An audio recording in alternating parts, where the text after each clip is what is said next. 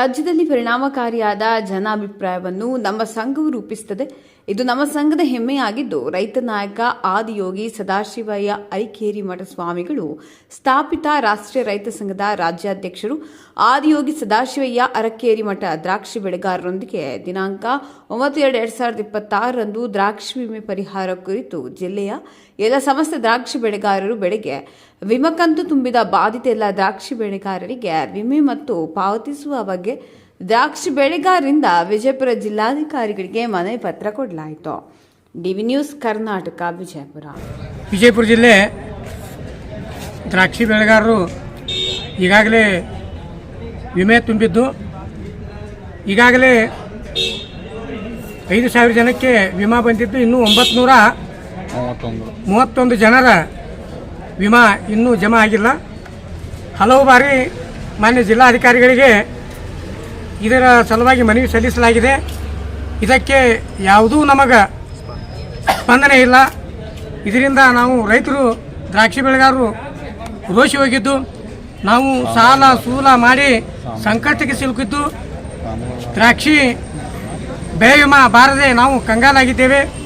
ನಮ್ಮ ದ್ರಾಕ್ಷಿ ಬೆಳೆ ವಿಮೆ ಕೆಲವು ದಿನಗಳಲ್ಲಿ ಕೊಡ್ತೀವಿ, 2 ದಿನಗಳಲ್ಲಿ ಕೊಡ್ತೀವಿ, 15 ದಿನಗಳಲ್ಲಿ ಕೊಡ್ತೀವಿ ಅಂತೇಳಿ ನಮ್ಮ ರೈತರಿಗೆ ಇದೇ ರೀತಿಯಾಗಿ ಸತಾಯಿಸುತ್ತಿದ್ದು, ಇದರ ಬಗ್ಗೆ ಮುಂದಿನ ದಿನಮಾನಗಳಲ್ಲಿ ಸರ್ಕಾರ ಹಾಗೂ ಕಂಪನಿಗಳು, ವಿಮಾ ಕಂಪನಿಗಳು ಎಚ್ಚೆತ್ತುಕೊಳ್ಳದಿದ್ದಲ್ಲಿ ನಾವು ತಿಕೋಟ ಪಟ್ಟಣದಲ್ಲಿ ಮತ್ತೆ ಹೋರಾಟ ಅನಿವಾರ್ಯವಾಗುತ್ತದೆ.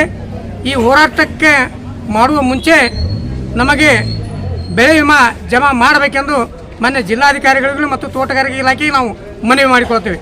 ಹೆಸರು ಸಾತಲಿಂಗ ಸಾಲಿಮಠ್, ಕರ್ನಾಟಕ ರಾಜ್ಯ ರೈತ ಸಂಘ ಹಸಿರು ಸೇನೆ ತಾಲೂಕಾಧ್ಯಕ್ಷರು, ತಿಕೋಟ.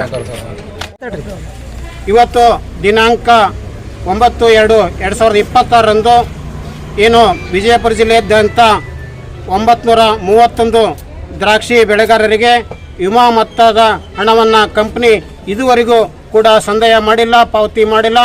ಆ ಕಾರಣಕ್ಕಾಗಿ ನಾವು ರೈತರು ತಿಕೋಟದಲ್ಲಿ ನವೆಂಬರ್ 26ರಂದು ಹೋರಾಡಿದ್ದೀವಿ. ಅಂದಿನಿಂದ ಹಿಡ್ಕೊಂಡು ದಿನ DC ಆಫೀಸು ಅಥವಾ ತೋಟಗಾರಿಕೆ ಇಲಾಖೆ ಆಫೀಸು ನಾವು ತಡ್ತಾ ಇದ್ದೀವಿ. ಇವತ್ತು ಅಂತಿಮವಾಗಿ ನಮ್ಮದೇನೋ ಇವತ್ತು ಅಂತಿಮ ಮನವಿ, ಮುಂದಿನ ದಿನಗಳಲ್ಲಿ ನಮ್ಮದು ಕೇಂದ್ರ ಸ್ಥಾನ ಹೋರಾಟ ತಿಕೋಟ ಆಕೈತಿ. ಅದು ಗುರ್ಲಾಪುರ ಕ್ರಾಸು ಹೋರಾಟದ ರೀತಿಯನ್ನು ತಿರುವು ಪಡ್ಕೊಳ್ಬಹುದು. ಯಾವ ರೀತಿ ಹೇಳ್ತಕ್ಕಂಥದ್ದು ಸಂದರ್ಭ ಸರ್ಕಾರದ ನಡೆಯನ್ನು ನೋಡಿಕೊಂಡು ನಾವು ಹೋರಾಟಗಳ ಪ್ರತಿ ಹಂತ ತಿರುವು ಪಡಿಕೊಳ್ತಾ ಹೋಗುತ್ತೆ. ಹಾಗಾಗಿ ಸರ್ಕಾರ ಇದನ್ನು ಗಮನಿಸಿಬಿಟ್ಟು ಅತಿ ಶೀಘ್ರದಲ್ಲಿ 3-4 ದಿವಸ ಒಳಗಡೆ ಏನೋ ಹಣ ಪಾವತಿ ಮಾಡಬೇಕಾಗುತ್ತೆ, ಮಾಡಲೇಬೇಕು. ಮಾಡದೆ ಹೋದರೆ ಉಗ್ರ ಹೋರಾಟ ಶುರುವಾಗುತ್ತೆ. ಒಂದು ಕಡೆ ಉಗ್ರ ಹೋರಾಟ, ಇನ್ನೊಂದು ಕಡೆ ಕಾನೂನು ಹೋರಾಟನೂ ಶುರುವಾಗುತ್ತೆ. ಲೋಕಾಯುಕ್ತರಿಗೆ ಸಹಿತ ನಮ್ಮ ರೈತರು ಕಂಪ್ಲೇಂಟ್ ಕೊಡಲಿಕ್ಕೆ ಸಿದ್ಧರಾಗಿದ್ದಾರೆ.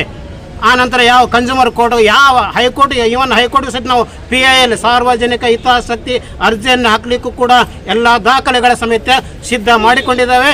ಆ ಪ್ರಕಾರ ನಾವು ನಡ್ತೀವಿ ಅಂಥೇಳಿ ಈ ಮೂಲಕ ನಮ್ಮ ಏನು ಈ ಮಾಧ್ಯಮ ಮುಖಾಂತರ ಹೇಳಬಯಸ್ತಾ ಇದ್ದೀನಿ. ಈ ಸರ್ಕಾರದ ವ್ಯವಸ್ಥೆಗೆ ಇವತ್ತು ನಾವೆಲ್ಲರೂ ಕೂಡ ಏನು ವಿಜಯಪುರ ಜಿಲ್ಲೆಯಲ್ಲಿ ಇರ್ತಕ್ಕಂಥ ದ್ರಾಕ್ಷಿ ಬೆಳೆಗಾರರು ಇವತ್ತು ಬಂದುಬಿಟ್ಟು DC ಅವರಿಗೆ, ತೋಟಗಾರಿಕೆ ಇಲಾಖೆ ನಿರ್ದೇಶಕರಿಗೆ ಮನವಿಯನ್ನು ಕೊಟ್ಟಿದ್ದಕ್ಕಂಥದ್ದು ಇರುತ್ತದೆ. ನಾನು ಆದಿಯೋಗಿ ಸದಾಶಿವಯ್ಯ ಅರಕೇರಿ ಮಠ್ ರಾಜ್ಯಾಧ್ಯಕ್ಷರು ಮತ್ತು ಸಂಸ್ಥಾಪಕ ಅಧ್ಯಕ್ಷರು, ರಾಷ್ಟ್ರೀಯ ರೈತ ಸಂಘ ಹಾಗೂ ಹಸಿರು ಸೇನೆ. ಇವತ್ತಿನ ದಿನ ಅಂದರೆ 9/2/2026 ಸೋಮವಾರದಂದು ನಾವು 90 ಮಂದಿ ಇನ್ನೂ ದ್ರಾಕ್ಷಿ ವಿಮಾ ಪಾವತಿ ಮಾಡಿದ ಸರ್ಕಾರ ಕಂಪನಿಯವರು. ಹಾಗಾಗಿ ಪುನಃ ನಾವು ಸರ್ಕಾರಕ್ಕೆ ಗಮನಕ್ಕೆ ತರಲಿಕ್ಕೆ, ಗಮನ ಸೆಳೆಯಲಿಕ್ಕೆ ಇವತ್ತು ನಾವು ಮನವಿಯನ್ನು ಕೊಡ್ಲಿಕ್ಕೆ ಬಂದಿದ್ದೀವಿ. ಈಗ ಜಿಲ್ಲಾಧಿಕಾರಿಯವರ ಪರವಾಗಿ ಏನು ಕಚೇರಿ ಸದಸ್ಯರಾಗಿ ತಹಶೀಲ್ದಾರ್ ಅವರು ಏನು ನಮ್ಮ ಮನವಿಯನ್ನು ಸ್ವೀಕಾರ ಮಾಡ್ತಾರೆ. ನಂತರ ನಾವು ಇದರ ವಿವರವಾಗಿ ಮತ್ತೊಮ್ಮೆ ನಾನು ಇವತ್ತು ಮಧ್ಯಾಹ್ನ DC ಅವರು ಯಾವಾಗ ಬರ್ತಾರೋ ಅವರಿಗೆ 4 ಮಂದಿ ಬಂದು ಭೇಟಿಯಾಗಿ ಮತ್ತೊಮ್ಮೆ ಅವರಿಗೆ ಗಮನಕ್ಕೆ ತರೋಣ ಅಂತಕ್ಕಂಥ ಉದ್ದೇಶ ಇದ್ದು ಈಗ ಮನವಿಯನ್ನು ಕೊಡೋಣ. ರೈತರ ಪರವಾಗಿ, ದ್ರಾಕ್ಷಿ ಬೆಳೆಗಾರರ ಪರವಾಗಿ ಮನವಿಯನ್ನು ಸ್ವೀಕಾರ ಮಾಡಬೇಕಂತ ಕೇಳ್ಕೊಳ್ತಾ ಇದ್ದೀನಿ ಸರ್. ನಾನು ಆದಿಯೋಗಿ ಸದಾಶಿವಯ್ಯ ಅರಕೇರಿ ಮಠ್ ರಾಜ್ಯಾಧ್ಯಕ್ಷರು, ರಾಷ್ಟ್ರೀಯ ರೈತ ಸಂಘ ಹಾಗೂ ಹಸಿರು ಸೇನೆ.